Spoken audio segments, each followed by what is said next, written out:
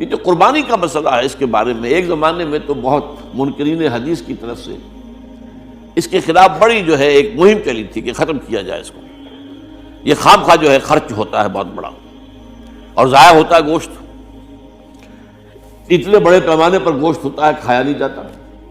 اچھا ایک زمانے میں فریج بھی نہیں تھے، یہ بھی نہیں کہ آپ محفوظ کر دیں، گوشت ضائع بھی ہو سکتا تھا، اور بھی چیزیں جو ہے وہ گوشت کی وہ صحیح طور سے استعمال نہیں ہوتی تھی۔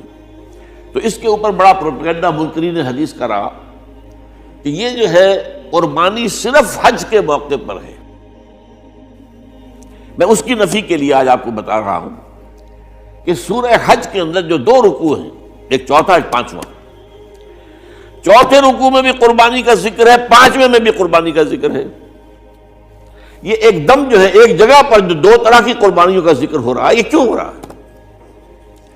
چوتھے رکوع میں وہ مناسک حج کے ساتھ اس کا ذکر ہے، وہاں جو فرمایا گیا لِيَشْهَدُوا مَنَافِعَ لَهُمْ وَيَذْكُرُوا اسْمَ اللَّهِ عَلَىٰ مَا رَزَقَهُم مِّن بَهِيمَةِ الْأَنْعَامِ فِي أَيَّامٍ مَّعْلُومَاتٍ عَلَىٰ مَا رَزَقَهُم مِّن بَهِيمَةِ الْأَنْعَامِ فَكُلُوا مِنْهَا وَأَطْعِمُوا الْبَائِسَ الْفَقِيرَ، وہاں پہ قربانیاں دو، پھر اللہ کا نام لو ان جانوروں پر جو اللہ نے تمہیں عطا کیے ہیں، ان جو معین دنوں کے اندر دو، فی ایام معلومات، اور پھر اس میں سے خود بھی کھا، اور جو ہے جو جیسے صدقہ کا گوشت ہوتا ہے وہ نہیں ہے، وہ قربانی کا گوشت ہے، اس میں سے آپ خود بھی کھائیں اور غرباء کو کھلائیں، غریبوں کو دیں، مساکین کو دیں۔ تو یہ پورا حکم آ چکا ہے چوتھے رکوع کے اندر۔ پانچواں رکوع پورا کا پورا جو ہے وہ عید الاضحیٰ پر ہے میرے نزدیک۔ یہی حکمت صوم کے بارے میں ہے کہ وہاں جب ایک حکم تکرار کر کے آیا کہ پہلے فرما دیا گیا فَمَنْ كَانَ مِنْكُمْ مَرِيضًا أَوْ عَلَىٰ سَفَرٍ فَعِدَّةٌ مِّنْ أَيَّامٍ أُخَرَ، اگر بیمار ہو کوئی اور یہ یہاں کے سفر پر ہو تو وہ تعداد دوسرے دنوں میں پوری کرے۔ پھر کیا وجہ دوبارہ آ رہا ہے؟ شہر رمضان الذی انزل فیہ القرآن ھدی للناس وبینات من الھدی والفرقان فمن شہد منکم الشہر فلیصمہ ومن کان مریضا او علی سفر فعدۃ من ایام اخر۔ کیوں؟ یہ تو ادبی اعتبار سے یہ کلام کا عیب شمار ہوتا ہے، تکرار بلا کسی سبب کے، نہیں سبب کے بغیر نہیں ہے۔ وہاں کیا تھا؟ وہاں ان 2 رعایتوں کے ساتھ تیسری بھی شامل تھی کہ اگر صحیح ہو اور مقیم ہو پھر بھی روزہ نہ رکھو تو ایک مسکین کو کھانا کھلا دو۔ یہ رعایت ختم ہوئی ہے رمضان کے روزے کے ساتھ، اب رکھنا پڑے گا روزہ، اور اگر بیمار ہو یا سفر پر ہو تو ٹھیک ہے دوسرے دنوں میں پورا کرو، پورا کرنا لازم ہے اس کا۔ تو یہ چیز جو ہے یہ در حقیقت کسی وجہ سے ہوتی ہے۔ بالکل یہی بات ہے سورہ حج کے چوتھے رکوع کے اندر، وہ جو قربانی ہے حج کے ساتھ اس کا ذکر آ چکا۔ اب سنیے یہ جو آ رہا ہے، فرمایا وَلِكُلِّ أُمَّةٍ جَعَلْنَا مَنْسَكًا، ہر امت پر ہم نے ایک جو ہے قربانی کا معاملہ نازل وہ جو ہے فرض کیا ہے۔ میں نے چونکہ آج شروع میں کہا تھا کہ صوم اور حج میں کچھ مشابہتیں ہیں۔ دیکھیے صوم کا حکم بھی آیا تھا تو کس طور سے آیا تھا؟ یا ایھا الذین آمنوا کتب علیکم الصیام کما کتب علی الذین من قبلکم لعلکم تتقون، اہل ایمان تم پر روزہ رکھنا فرض کیا گیا جیسے کہ فرض کیا گیا تھا ان پر جو تم سے پہلے تھے۔ یہاں پر اسی حوالے سے بات ہو رہی ہے کہ اے مسلمانوں یہ قربانی صرف تم پر فرض نہیں کی جا رہی، یہ تو ہر امت پر، ہر نبی ہر رسول کی امت۔ وَلِكُلِّ أُمَّةٍ جَعَلْنَا مَنْسَكًا لِيَذْكُرُوا اسْمَ اللَّهِ عَلَيْهَا، تاکہ وہ نام لیں اللہ کا، عَلَىٰ مَا رَزَقَهُم مِّن بَهِیمَةِ الْأَنْعَامِ، جو کچھ اللہ تعالیٰ نے انہیں رزق دیا ہے۔ یہ چوپائے جو ہیں حیوانات قسم کے، ان پر اللہ کا نام لے کر چھری پھیری جائے، اللہ کے نام سے ان کو ذبح کیا جائے۔ فَإِلَٰهُكُمْ إِلَٰهٌ وَاحِدٌ فَلَهُ أَسْلِمُوا، تو یہ جان لو کہ اس قربانی کی اصل روح کیا ہے؟ وہ یہ ہے کہ اللہ تمہارا ایک الہ ہے، اسی کے سامنے تمہیں سر جھکانا ہے۔ یہ روح تقویٰ اگر نہیں ہوگی تو یہ قربانی بے معنی ہو جائے گی۔ نماز و روزہ و قربانی و حج یہ سب باقی ہیں، تو باقی نہیں ہے۔ جب اللہ تعالیٰ کے ساتھ تعلق نہیں ہے تو یہ ساری چیزیں ریچولز بن جائیں گی۔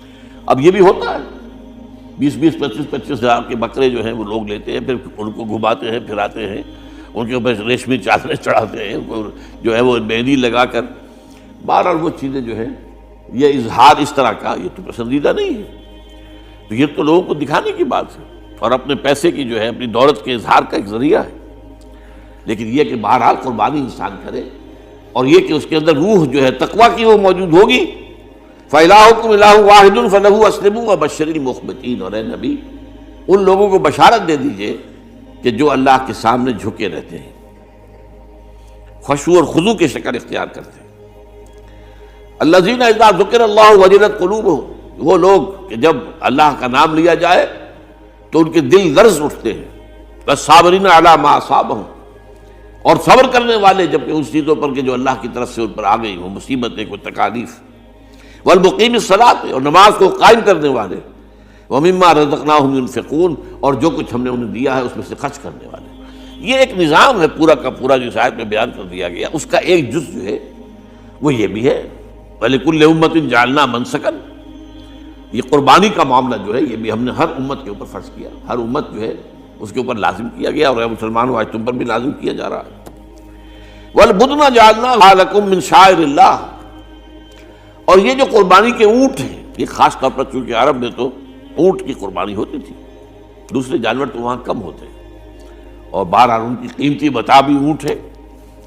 وَالْبُدْنَ جَعَلْنَاهَا لَكُم مِّن شَعَائِرِ اللَّهِ، یہ اللہ تعالیٰ کے شاعر میں سے یہ اونٹ جو ہے یہ قربانی کا اونٹ ہے، یہ مکے لے جایا جا رہا ہے، یا یہ بکرے اور یہ مینڈے جو ہیں یہ قربانی کے ہیں، یہ وہاں جا رہے ہیں، تو یہ بھی گویا کہ ایک طرح سے اللہ کی نشانیاں بن جاتی ہیں۔ ان کے حوالے سے اللہ تعالیٰ کا ایک تصور اور اللہ تعالیٰ کے ساتھ ایک ذہنی رشتہ قائم ہوتا ہے۔ لیکن فیہا خیر، تمہارے لیے اس میں خیر ہے، بھلائی ہے۔ چنانچہ جب وہ جاتے تھے حج کے لیے تو جو بھی ان کے ساتھ دودھ دینے والا جانور ہے، قربانی کی نیت ہے لیکن دودھ جو ہے اس کا استعمال کر سکتے ہیں درمیان میں، اور بھی کوئی اگر ان کی کوئی چیزوں سے فائدہ اٹھانا ہو، لیکن فیہا خیر۔ فاذکروا اسم اللہ علیہا، تو اب ان کا اللہ کا نام لو اس کے اوپر، صواف، صفیں باندھ کر وہ اونٹ کھڑے ہوتے ہیں اور ان کو نحر کیا جاتا ہے۔ آپ کو معلوم ہے ذبح نہیں ہوتا اونٹ، اتنا بڑا جانور ہے، گردن کتنی موٹی ہے، اس کا ذبح کرنا بڑا مشکل ہے۔ نہر کہتے ہیں اس کو۔ کھڑا ہے اونٹ اور ایک برچھا، چھوٹا سا برچھا ہے جو اس کے یہاں گردن کے یہ جہاں آ کر دونوں ہنسلیاں ملتی ہیں وہاں پر مارا جاتا ہے، اور یہاں سے جو بہت بڑی وین ہے وہ در حقیقت ایورٹا، وہ جو ہے ختم ہوتا ہے، تو وہاں سے خون کا پھر فوارہ آتا ہے، اور اس کے بعد پھر وہ اونٹ کھڑا کھڑا وہ رفتہ رفتہ اس کا جب خون نکل جاتا ہے تو وہ کمزور ہو کر نیچے گر جاتا ہے۔ یہ نہر ہے۔